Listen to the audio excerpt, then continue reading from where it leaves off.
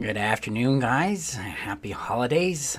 Today we're going to talk about trauma and how we can heal it, because to answer my own little question there, it absolutely can be done.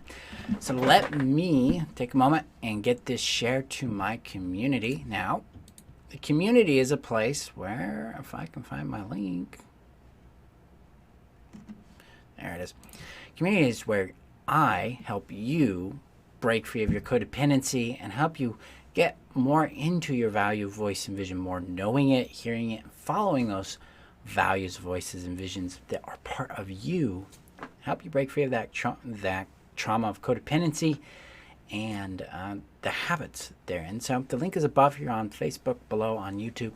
Definitely join us, because we have weekly experiments, special promotions. You get answers to your questions, because I do a live Q&A every 2 weeks. I also train you in a specific skill set twice a month. So usually it's a tool like regulation of your nervous system, things like that. So you can do that. Let me get this out to the community. Boom, boom. Oh, there we go. Okay. And boom. So, good afternoon, guys, and I'm excited to talk about this because healing trauma is something that I love doing, I enjoy doing, because it's possible and it can be simple, and it doesn't have to take a whole lot of pain to actually be free of your trauma. So a little background on my experience with trauma, where I'm coming from with this. Trauma is something I went through physically, emotionally, mentally, and sexually. So there's abandonment trauma when my mother died. There's attachment trauma when she died. The narcissistic abuse from my father and stepmother. Religious abuse, things like that. And these things are really, what they do is they train our nervous system and our mind to be locked into a hypervigilant state.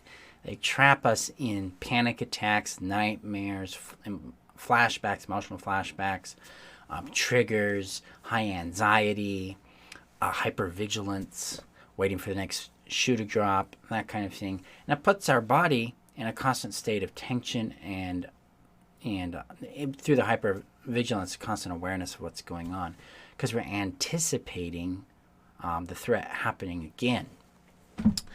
So trauma is a result of two things: what didn't happen and what needed to happen. So generally, especially with emotional trauma, physical trauma, those kind of things, the first need that everybody has is safety. They needed to be safe. They needed to be protected. It's not even the event itself that was the trauma. It's that there wasn't safety after it. There wasn't a discharge period after. There wasn't a shelter or a protection put in place where the nervous system could release and come back to its natural baseline, which is calm, rest, and play.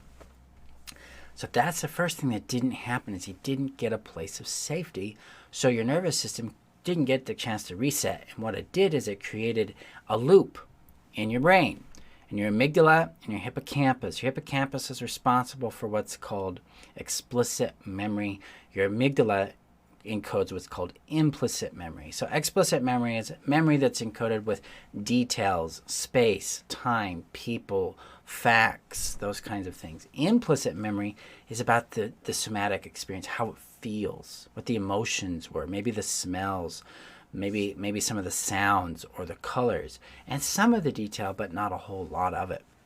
So there's this loop that's created in the brain around this, between this memory, and it keeps playing over and over and over, re-triggering the amygdala into a fight, flight, fear, or fawn state, or freeze or fawn state. And what that does is it puts you into a traumatic loop. Boom. You're always on attention. You're always waiting for the next shoe to drop. You're always waiting for the next bad thing to happen. You're waiting for the enemy, the threat. And so that's what's going on when we deal with trauma. So again, that first thing that didn't happen is we didn't get the safety we needed after the event in order to let ourselves have shelter so that we could discharge that energy. Okay? The second thing that didn't happen is your need did not get met. Because most of the time when it comes to trauma, there's a specific need at play. Maybe we were out doing something fun and something really aggressive and violating occurred. Well, our need for safety in play was not met. So we need to meet that need. Sometimes the need is I didn't have a chance to fight back, and I need to fight back or say no or run. Sometimes we're not able to do that, so we get stuck there. So these two things are in play. If you didn't get your safety met, you didn't get that secondary need met, you get stuck in trauma. Because your body needs to regulate it, so it's trying to meet both of those needs, but it doesn't know how to do it because it's not actually, your brain's not entirely connected with reality and what reality is actually doing at that time. So it's really, really important to understand that trauma is not your fault. You didn't cause it. It's actually a natural response to an abnormal, and extreme, or threatening situation. And that if you meet the need of safety and you meet the need that comes after that, you actually resolve the trauma. Now, there's one interesting little thing about this. The need isn't always what you think it is, right?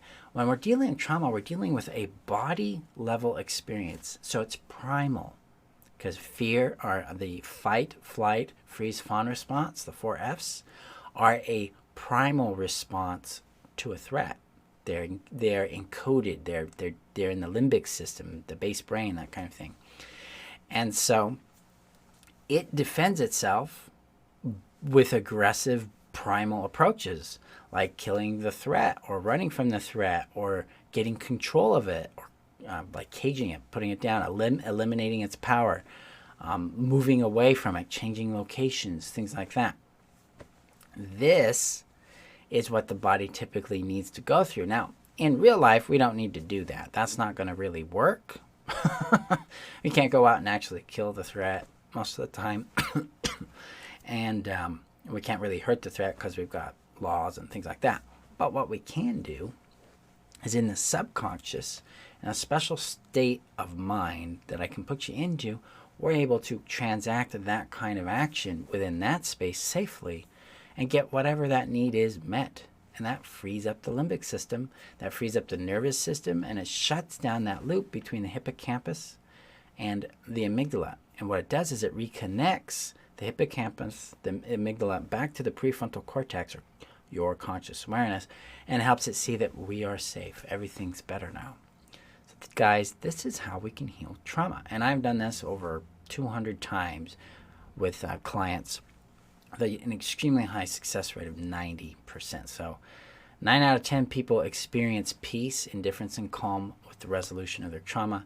That one person that doesn't typically needs either an additional session, or they need a slightly different process where they can knock out their trauma by creating what's called coordination between aspects of self. So generally we can get that resolved pretty quick.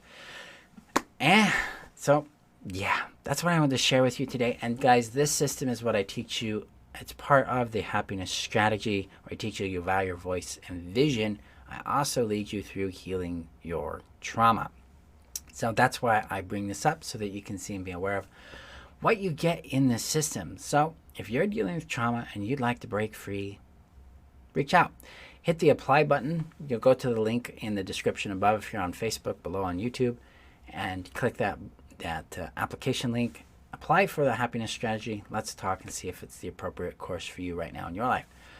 Otherwise, guys, yes, you can heal your trauma. You can be free. I've done it for myself, and I've helped others accomplish it for themselves hundreds of times with fantastic and long-lasting results. I tracked this for years.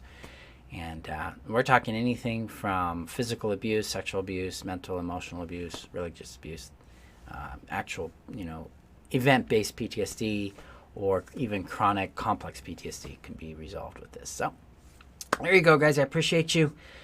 Remember that you're worth knowing, loving, and keeping. We've got 13 seats left in the happiness strategy, so make sure you apply if you're looking for purpose, healing, and your value back from codependency and narcissistic abuse. And other words, guys, I appreciate you again. I'll talk with you guys tomorrow. Have a great day. Bye-bye.